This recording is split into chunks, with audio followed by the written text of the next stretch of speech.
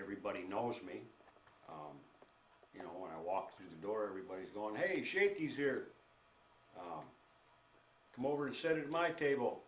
Then I won't have to stir my coffee," because if I get into that confrontation over something and somebody explains something to me, because I'm shaking, okay, they don't think I'm understanding what they're saying.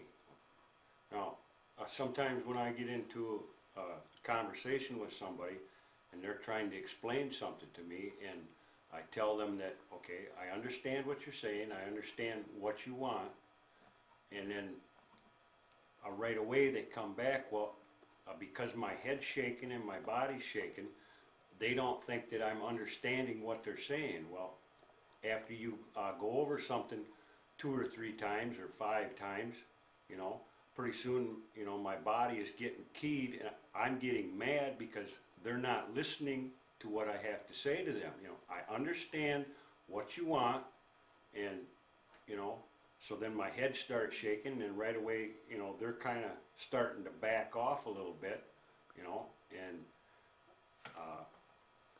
it's all they have to do is just stop and listen, you know.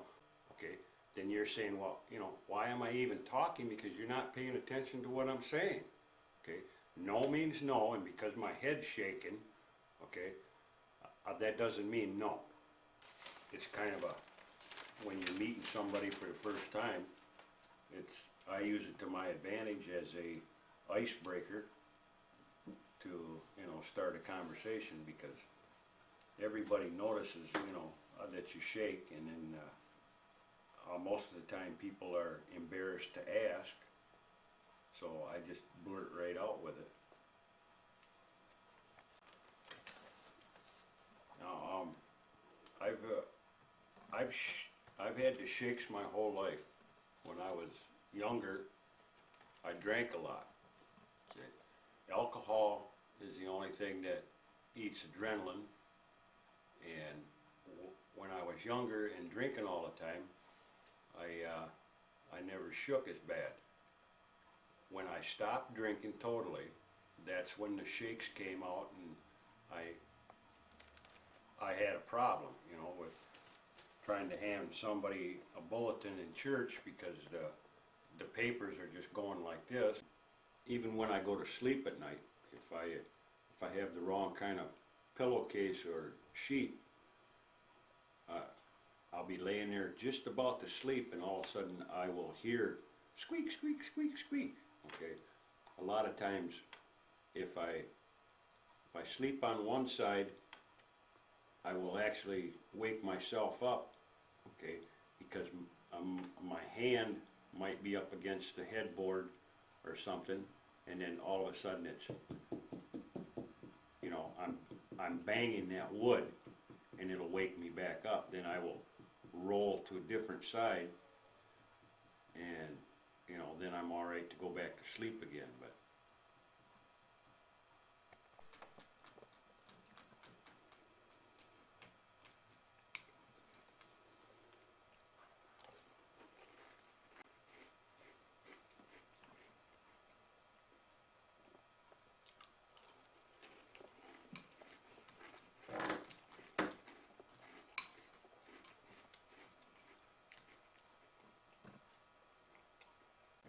when I was in high school, and I was in shop class, and whenever we was welding, okay, because you always had to make a circular motion for your bead, okay, to be perfect, okay. My bead was always perfect no matter what kind of welding I was doing, because I had that natural shape in there, and just making all the metal just flow, you know. And my instructor said that, you know, I should become a welder, and I said, well, I don't want to be a welder and have to smell this, you know, burning stuff all the time. I said, at least I know I can do it. Whether it was flat welding or up and down or tubular, you know, I always had the good flow. Somebody just made the comment about maybe I should hire myself out to weddings to bang on the plates and stuff, because I'm always doing it all the time. That nobody else would have to do it because I could clang all night long. When I was at my neurologist again this last time, he watched me walking, okay? If I'm doing something physically, like walking or doing something, okay, my body is burning off the excess adrenaline, so I'm not really shaking.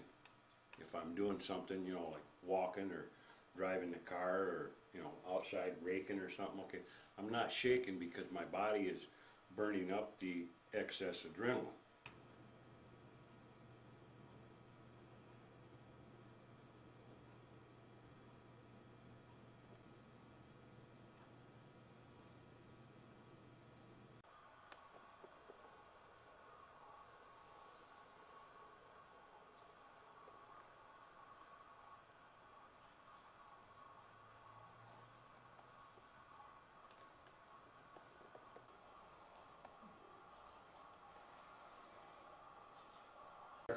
Okay, I'm shaking, but once I get it there and I'm doing something physically, then everything stops.